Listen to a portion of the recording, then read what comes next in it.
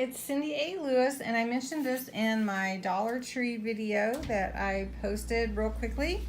I am going to make some Christmas trees, and I'm going to show you how to do that, inspired from the Hallmark channel Home and Family, where I got these downloaded these patterns, and I will link that below for you.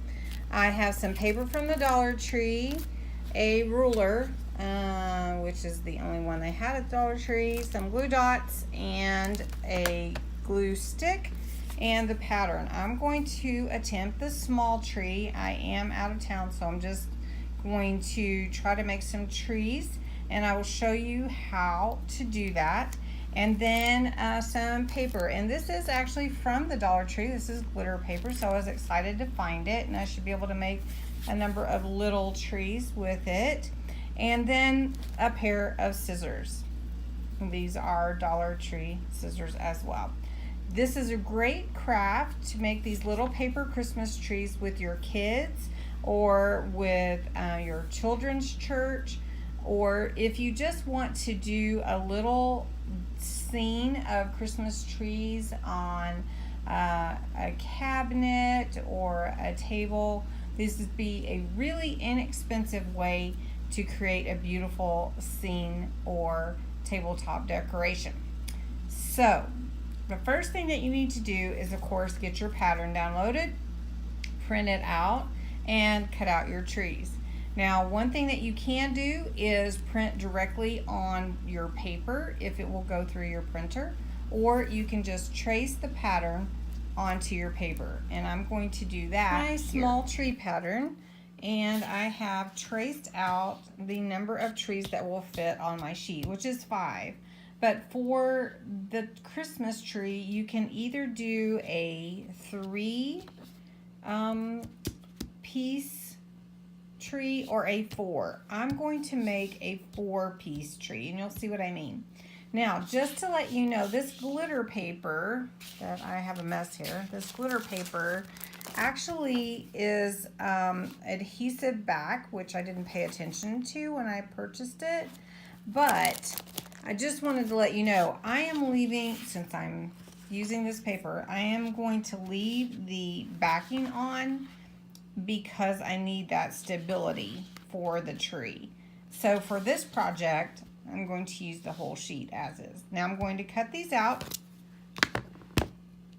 and then we will put our tree together. So I have one of the trees cut out, and you can see how cute that is. And so I'm going to finish cutting these out, and we will put our tree together. I'm going to use 4 again for this, 4 from the pattern. Okay, so I have my 4 trees cut out, and I'm going to show you, it's okay if they're off a little bit because you can trim it after you put them together, but you take each tree and you take your ruler and put it down the middle of your tree to bend it up where the tree should actually bend in half. And it's hard to see that here. Let me see if I can't really do it one-handed, but you get the idea that this is going to be my edge so that when I fold my tree in half, it will be exactly in half, okay?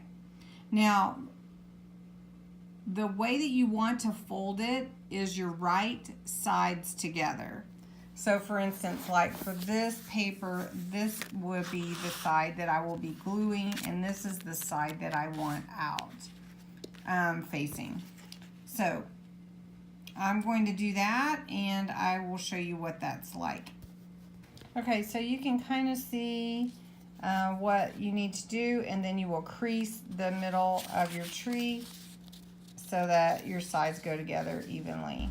Okay, so I have my 4 trees creased. Now I'm going to take this tree and put stick glue here, and I'm going to take the next one and glue them together, and I'll show you what that looks like. Okay, now I have 2 glued together, and I'm going to put the 3rd one here. Now just a reminder, if they don't match up exactly, you can trim your tree after they're all put together. Okay, now I have 3 put together, And one thing that you could do with this, if you wanted to make it fold out on a card or something, you could actually leave the back like blank.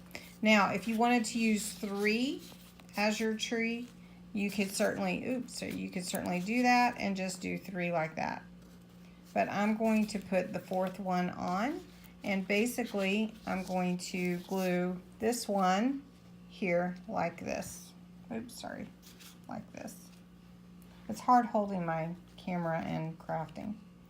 Anyway, okay, so here is the little tree. Now I will tell you this paper with the backing, it kind of shines through the white, and so I'm just going to leave it, and you can certainly see a difference with the different paper that you use. It stands just great, and it looks so cute, and it's a great craft with children. Again, I had a little trouble with the paper backing, but that's just because I was making this on the fly, and I think it turned out adorable. So I'm going to add a little star to the top, and then we'll be done.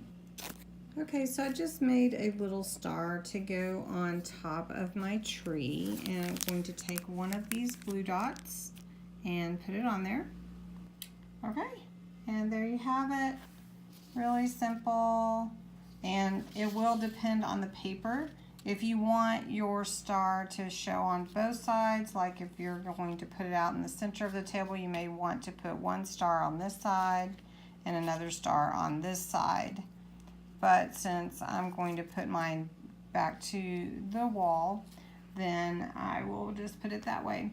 Now I have to transport this, so I'm just going to lay it flat while it's in transport, and then when I get home I can stand it back up and it'll be all cute.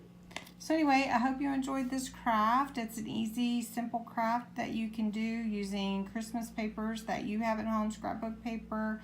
I would suggest a thicker paper, like a cardstock, rather than a thin paper because of the standing that it needs to stand, unless you're going to, like double it and adhere it together.